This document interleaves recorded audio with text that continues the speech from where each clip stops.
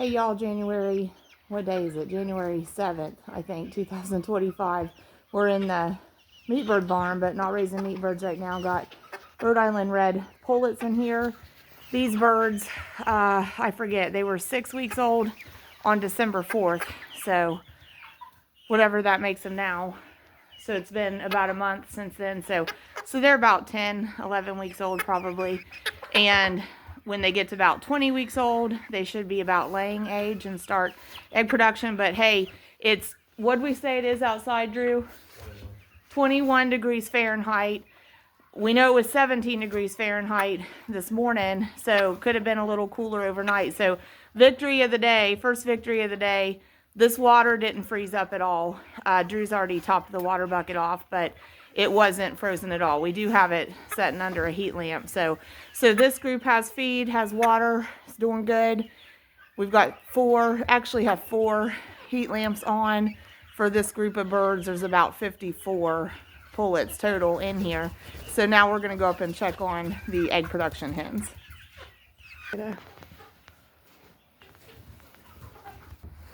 Little bit snowy in southeast Ohio. Might have got 8 to 10 inches in about a 24-hour period from a Sunday night to a Monday night, and this is Tuesday morning. I'm gonna take mealworms up to the egg production chickens for a little protein boost for them in this cold weather. That truck's two-wheel drive. It's not going anywhere today. This truck is also two-wheel drive, but it's not going anywhere for a while. We actually have the injector pump out of it and got to do some maintenance and repair on it. This beast of burden is doing some running and helping out the family in the farm. This is our youngest son's truck, but it's four-wheel drive, so it can handle the driveway. It's kind of four-wheel drive weather right now for sure. Nice to see the sun coming out. That'll feel good. Was going to show you this car. It was probably parked, I'd say Saturday afternoon. Probably hasn't been moved from Saturday afternoon to now it's Tuesday. Our oldest son has this car, but also has a truck. So he's using his truck this week, but the snow accumulation on that built up. Little powdery covering on the driveway here. You can see some of the tracks. If you get down into the snow, it's like, it's at least ankle deep. I mean, I don't know, you can't really see depth there, but it's at the top of my boots when I'm walking. We're heading over here to the egg chickens. It's a set of four-wheeler tracks here. The guys was riding four-wheelers last night. Okay, in we go. So the challenges in here was keeping water thawed and checking eggs frequently enough that we don't have freeze cracks in the eggs. Awesome. So great, good. Again, a couple small winter victories. So you saw the eggs. So this is a hen house of, I think about 24 or 26 hens are probably, they're looking forward to the mealworms. Probably 24 or 26 hens are in here. We have two pens, and sometimes the hens go back and forth between them. But so far this morning, 5 eggs out of this pen. The water did not freeze. Again, it's under a heat lamp, so we are leaving these heat lamps on around the clock. It would have got down below 17 degrees Fahrenheit last night, and the water didn't freeze. But we will top that off for them.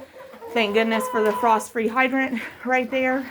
So Drew's is adding the mealworms right into their feeder. They'll figure that out. They'll disperse from over there to over here. So I'll go get their water topped off in this pen. Again, such a blessing to have the frost-free hydrant there. Such a blessing. Because it's literally right here at their door. Just steps. 2 or 3 steps to get in here. So otherwise, for us, we'd be carrying buckets about 60 feet. There we go. Trying to make it level. Oh, I don't want water. I don't want water sloshing out, but if we didn't have that hydrant right there, our closest water would be about 60 feet up a little hill.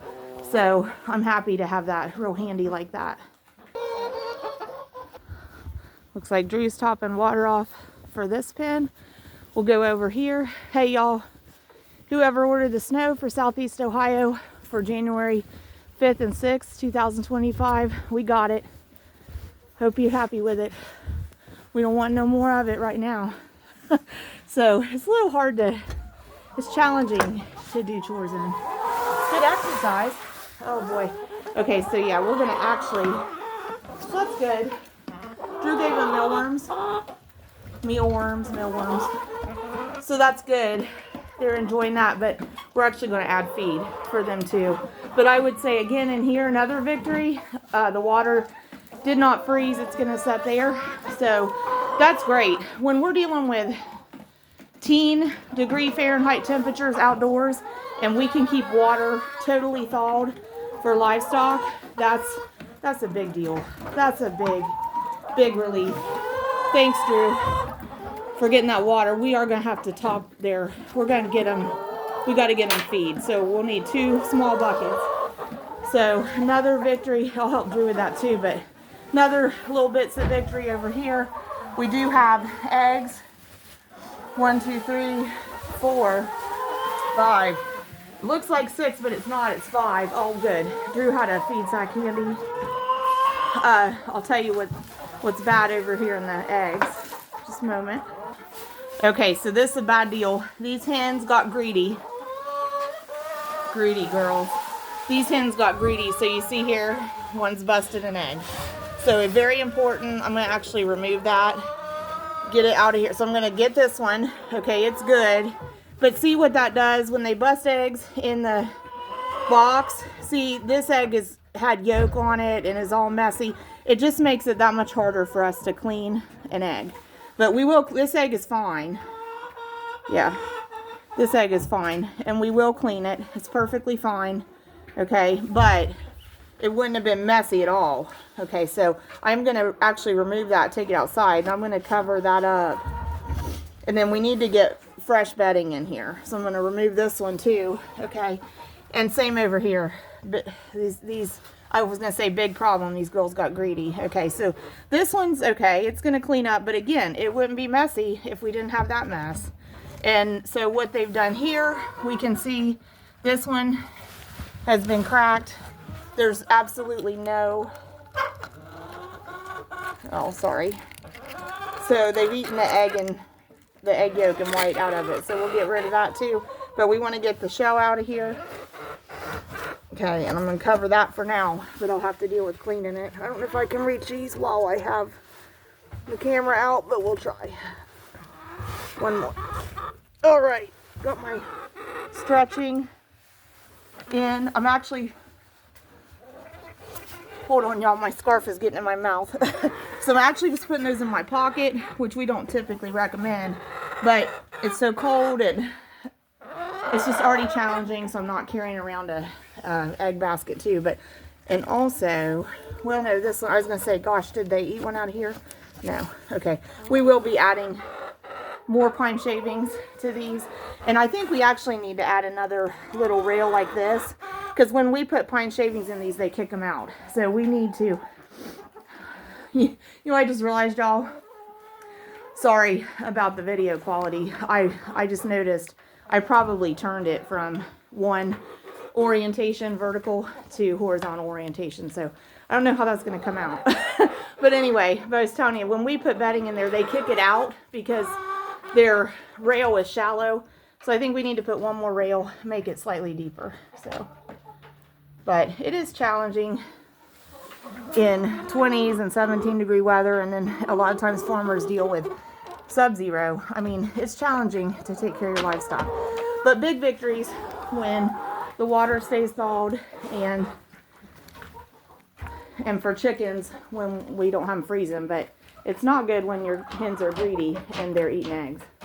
Okay, so last thing I'm doing for the hens, just right at this check, and we'll check them multiple times throughout the day, but we emptied a feed sack there. So making sure we still have feed. So we have 50 pounds of feed left. So a couple things we'll be doing is cleaning up these feed sacks. We may be able to actually return those to our feed mill, and they might be able to reuse them. And then since we're down to 50 pounds, we'll be replenishing stock of feed soon. Okay, so I'm going to be wrapping up. Wanted to just finish with kind of update on what the conditions are like when we get a snowstorm like this. So road conditions, where we're at in Southeast Ohio, they issue snow advisories, and that kind of is an indicator of what the roads are like. So like the last 24 hours, they've pretty much been what they call level 3, which basically means if you're not law enforcement or rescue vehicles, just stay off the roads.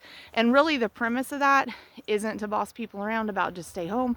The premise of that is actually keep the roads cleared of other traffic so that the trucks that are trying to clear roads, and so that any emergency vehicles that need to get out to help people don't have to compete with other drivers on the road. My husband does road maintenance for our township, and actually he said yesterday roads were really bad. They had a semi going out to a power plant that had come down here. The semi was from New York, was going out to a power plant here, hauling some acid. It actually got hung up on a road, and the outcome of that was they had to bring in a wrecker to get it moved, because you also can't keep the road blocked up. So just things like that. That's why they issue those snow advisories. For us, when it's level 3, it means that law enforcement actually has authority to arrest you just for being out on the road if they stop you. I don't think they try to make anybody's life difficult or make it extreme, but if you're just out in the school parking lot cutting donuts, they probably going to come and have a talk with you. It's not going to be a whole lot of fun. So anyway, but now we've been downgraded to level 2.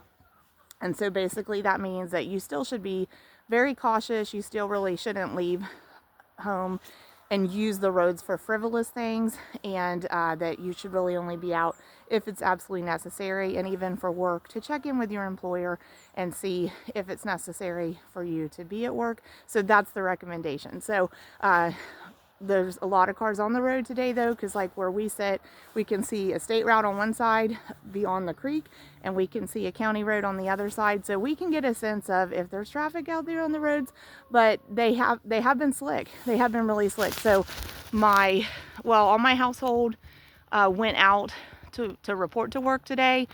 One got sent home, but he made the trip there and got back. And he had said at that time the county road was very slick, had not been cleared.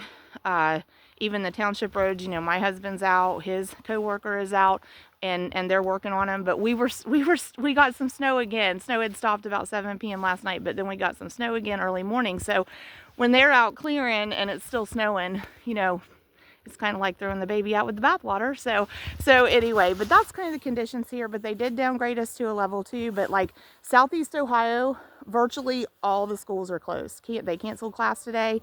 I work at an adult education technical school, and their daytime classes are canceled as well. We're still waiting on word about evening classes, and that's actually when I go in. So I'm expecting I will go to work today, but we could get an announcement maybe up to mid-afternoon at the latest if they would decide to cancel classes for this evening. But I know they're hoping to hold them because we're trying to get a quarter started. So it's better for the students and for the faculty and for the staff to just keep the routine if we can, and if it's safe to do so. So anyway, thanks so much for joining us. Thanks so much for supporting our channel.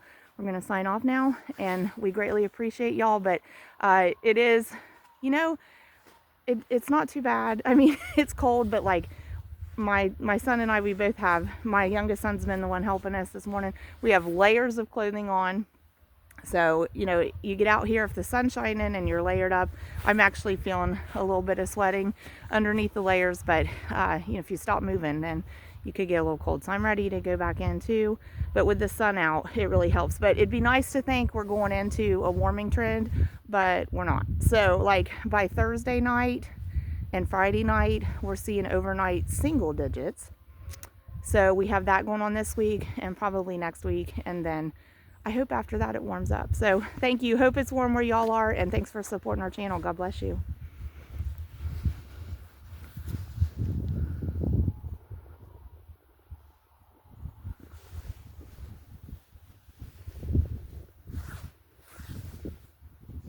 Hey y'all, little encore. I just noticed too on this packaging of the mealworms that we got. I didn't notice this before. They did give a suggestion here, a tasty treat your birds will flock to.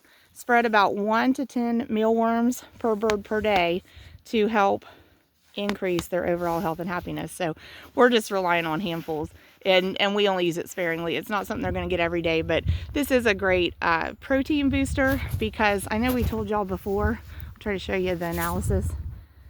It says the mealworms crude protein is 50% protein, so their regular ration is like 16%, so that gives them a nice protein boost when they're working extra hard to stay warm.